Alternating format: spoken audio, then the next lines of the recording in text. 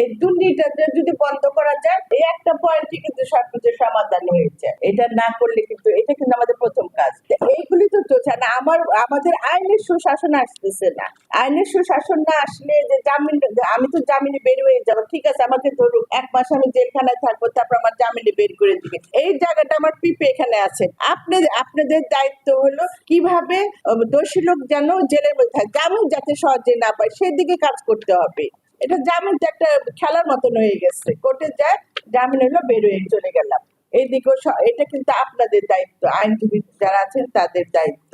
আর বাদল যে বলছে যে কথাগুলি আকিজ গ্রুপের বর্জ্য, এটা আমরা মনে হয় সরজমিনে যে দেখে, আমি নিজেই যাব, আমি নিজে যে দেখে তারপরে এটা যদি হয়ে থাকে তাহলে এটা আমার এলাকার মানুষের জন্য ক্ষতিকর, সেদিকে আমাদের কাজ করতে হবে। আর খাল খননেরটা তো এটা তো অনেক বড়, অনেক দিন ধরে একটা অবস্থার মধ্যে আছে। এটার ব্যাপারে এটা আমি মনে করি এই কাজগুলি কিন্তু আপনারা তাড়াতাড়ি করতে পারবেন। এই খাল খনন যে দীর্ঘমেয়াদী না, আমি আগে বলেছি যে আমাদের কিছু প্রকল্প হাতে নিতে হবে, স্বল্পমেয়াদী, মধ্যমেয়াদী, দীর্ঘমেয়াদী। এভাবে যদি আমরা নিতে পারি, আমাদের তাড়াতাড়ি কোন কাজগুলি করতে পারবো সেভাবে আপনারা প্রকল্পটা হাতে নেন, তাহলে আমরা কাজগুলি তাড়াতাড়ি করা সম্ভব হবে। আমি যোগ্য লোকদের পেয়েছি এবং তাদের কারণেই আজকে কিন্তু এই মানিকগঞ্জের সুনামটা হয়েছে, যেখানে বাংলাদেশের সবচেয়ে যে জেলায় সুন্দর পরিবেশ হয়েছে সেটা একমাত্র মানিকগঞ্জে, এবং সেটা আপনাদের কারণেই হয়েছে। তা আমি আমার ব্যক্তিগত পক্ষ থেকে, দলের পক্ষ থেকে আপনাদের প্রতি ধন্যবাদ, কৃতজ্ঞতা জানাচ্ছি,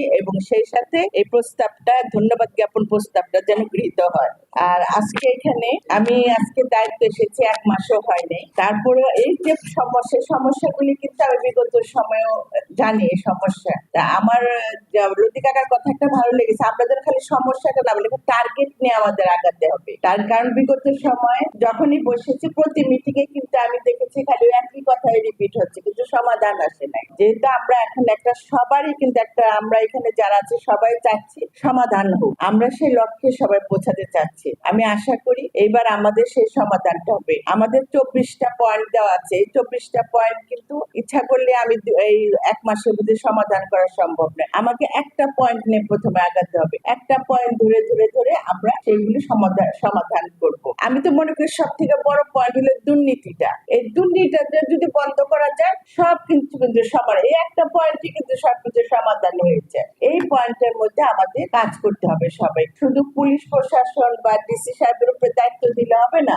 আমাদের নিজেদেরও দায়িত্ব আছে। আমরা যে যে ডিপার্টমেন্টে দায়িত্ব পালন করছি, যে যে অবস্থানে আছি, এলাকার যারা সুধীজন যারা আছেন তাদেরও কিন্তু দায়িত্ব আছে। সবাইকে সম্মিলিত প্রচেষ্টায় কিন্তু এই দুর্নীতিটা সরানো যাবে। আজকে একটা টেন্ডার হলো, টেন্ডারে একজনকে দেওয়া হলো, সে কি করলো, সে টেন্ডারটা আমার এলাকার আরেকজনের কাছে দিয়ে দিল। তখন সে কি করে, যে কাজ যে স্লো হয়ে যায়, এটাই তো কারণ। তো এই যে এইটা তো আমার এলাকার যে ছেলেটা বা যে মেয়েটা যে কাজটা পেলো, তাকে তো আগে প্রথমে থাকতে হবে যে না, আমি দায়িত্বটা নিছি, আমার দায়িত্বটা সঠিকভাবে পালন করতে হবে।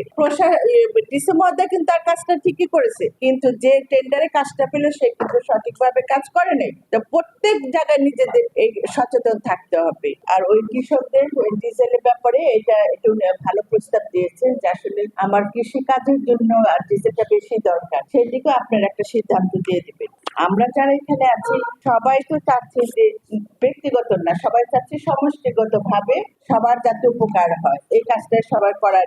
আমি আশা করি আপনারা যারা আছেন, আমার সাথে যারা আছেন, তারা সেইভাবে আগামীতে কাজ করবেন, যাতে মানিকগঞ্জে একটা ভালো অবস্থায় আমরা নিতে পারি। আমরা যে কমিটমেন্ট গুলি জনগণের কাছে করেছি, সেই কমিটমেন্ট যদি আমরা ফুলফিল করতে না পারি, তাহলে তো ব্যর্থতার দায় নিয়ে আমাদের চলে যেতে হবে। আমরা সেই ব্যর্থতার দায় নিতে চাই না। জনগণ অনেক আশা করে, অনেক ভরসা করে, আস্থা রেখে আমাদের আজকে এই অবস্থা নিয়ে এসেছে। আমাদের প্রথম লক্ষ্যটাই থাকবে জনগণের সুযোগ সুবিধাটা দেখা। আমি কি পেলাম না পেলাম সেটা বড় জিনিস না, জনগণ কি পেল সেটা আগে দেখতে হবে। আমি আশা করি আমার সাথে সরকারি, আমিও তো এখন সরকারি লোকই হয়ে গেছি, আমার সরকারি লোক যারা আছেন আমি তাদের প্রতি অনুরোধ করব, আপনারা আমাকে সাহায্য করেন। আপনাদের সহযোগিতা লাগবে। আমি যে মানিকগঞ্জে পরিবর্তন আনতে চাই, আপনারা যেখানে যে সমস্যা, আপনাদের কাজ করতে যে যদি কখনো সমস্যা হয়, আপনারা খোলাখুলি আমাকে বলবেন, লুকাবেন না, কোনো কিছু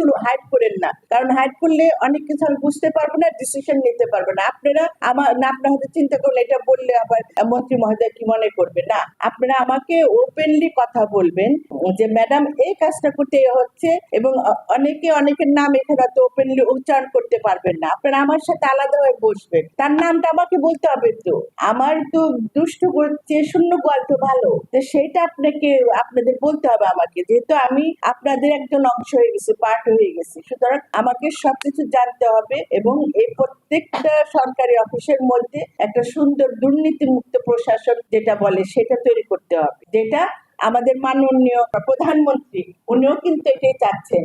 উনি কিন্তু বারবার একটা কথা বলছেন যে দুর্নীতি মুক্ত বাংলাদেশ করতে চাই। সে দুর্নীতি মুক্ত বাংলাদেশ করতে গেলে আমাদের সবাইকে, আমরা বিগত সময় কি করছি সেটা ভুলে যে আমরা এখন থেকে চিন্তা করি যে আমরা দুর্নীতিকে প্রশ্রয় দিব না, আমরা সততা আর আদর্শ নিয়ে আমরা এই মানিকগঞ্জ জেলাকে গড়ে তুলবো। এটাই আমাদের সবার ভিতরে এই প্রতিজ্ঞাটা থাকতে হবে।